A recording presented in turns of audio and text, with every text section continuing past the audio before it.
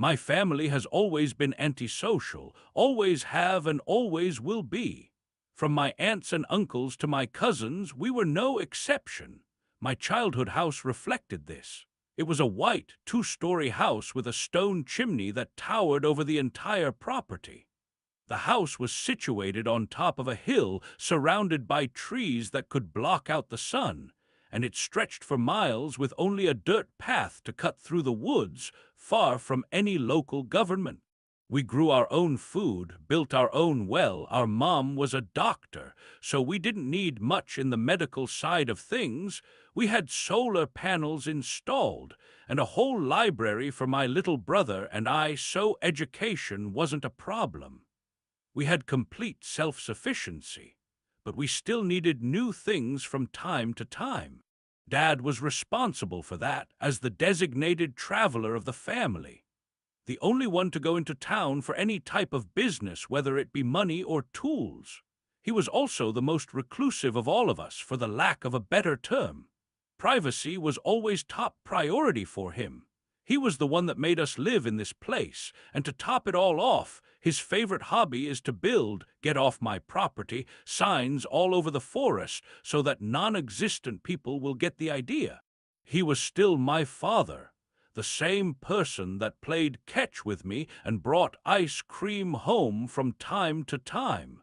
So his eccentricities were forgiven by younger me.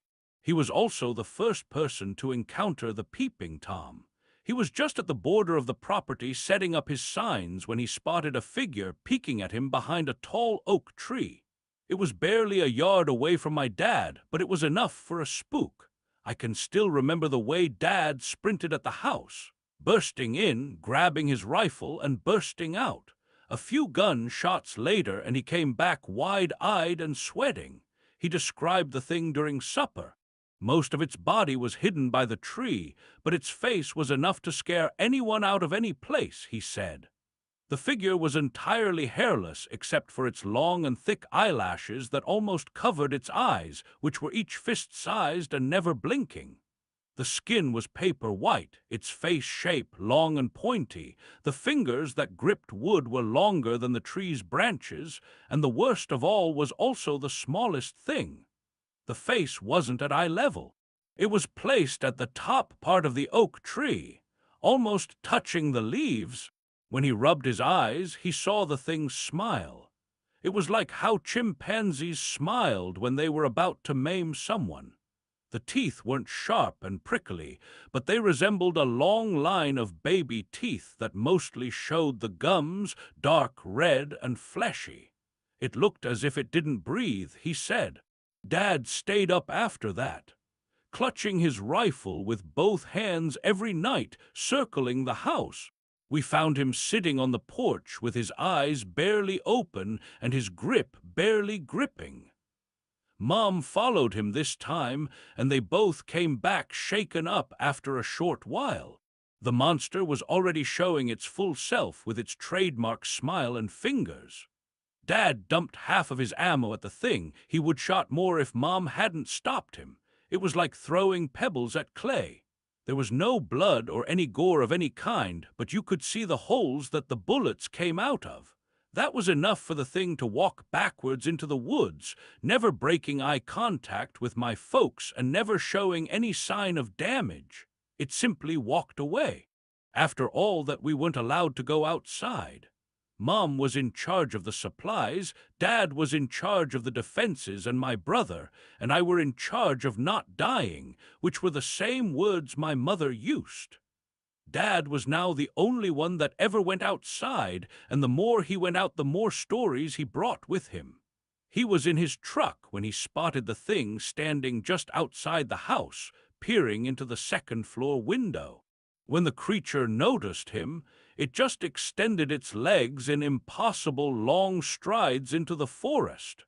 Again, never breaking eye contact.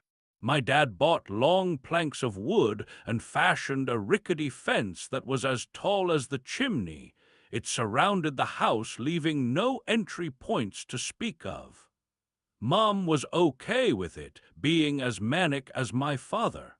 They didn't seem to sleep anymore. In the mornings, Dad would tap his feet endlessly while also looking around. In the evenings, he would guard the house, circling it with a rifle in hand. This would go on for an entire week until Monday rolled around. It was around midnight when we heard the shrieks of my mother coming from the next room. She was looking at the top of the fence, still as nervous as ever, when she spotted the face staring at her. Dad was already shooting at the thing, gunshots echoing into the night. Mother instructed us to help her with barricading the house, and we did. Every piece of furniture propped up the door in stacks. The windows were already boarded up. Every entry point was sealed, and now it was time to wait for my father to finish the creature off. Gunshots pierced our ears. One, then two, then three. More shots fired until all fell silent. My brother peeked through the small slits of window that weren't boarded up, and what he saw sent him into a hysteric fit of cries and whimpers. It grabbed him by the neck, he said, repeating it, starting from a quiet shock to a panic. Mom was too preoccupied with a sound that came from somewhere. It grew louder and louder, that rumble of noise. We soon found out where it came from. We forgot to barricade the chimney. With a single hand, the monster grabbed at my mother's throat right in front of us. It raised the body with a single motion, and soon her neck grew longer. Her feet were still touching the ground. Then it pulled her fast enough to make her a blur. Her neck was still growing. I chased after her, trying to grab at her feet, but I was too short and slow to do so. When there was nothing left but the black darkness of the chimney and the small hicks and sobs of my brother, a face emerged. It gave a smile and a wink before going outside. I stood there wide-eyed, goosebumps all over, and an overwhelming urge to throw up preoccupied me. My brother's wailing was the only sound I heard throughout the night.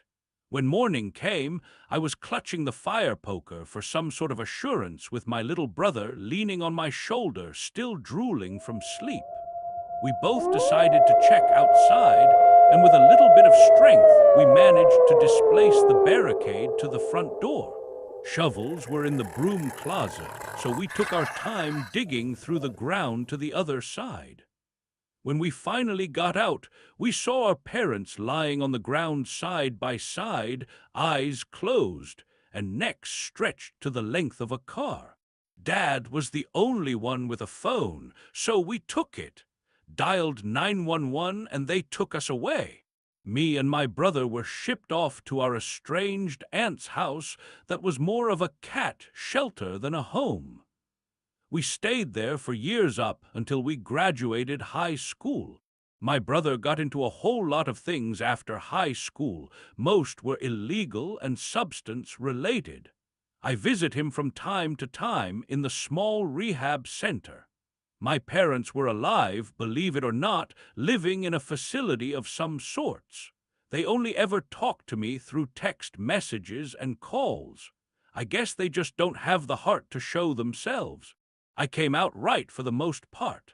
I have a house in the suburbs, 2 kids of my own, a loving, eccentric wife, and a boring accountant job that pays well. It was all sunshine and rainbows up until the peeping Tom showed up once again. I saw him a couple of weeks ago, inches away from the kitchen window while I was doing the supper dishes, still wearing that baby teeth smile. Now it's been looking at us ever since, never once flinching or moving. It was just a peeping Tom.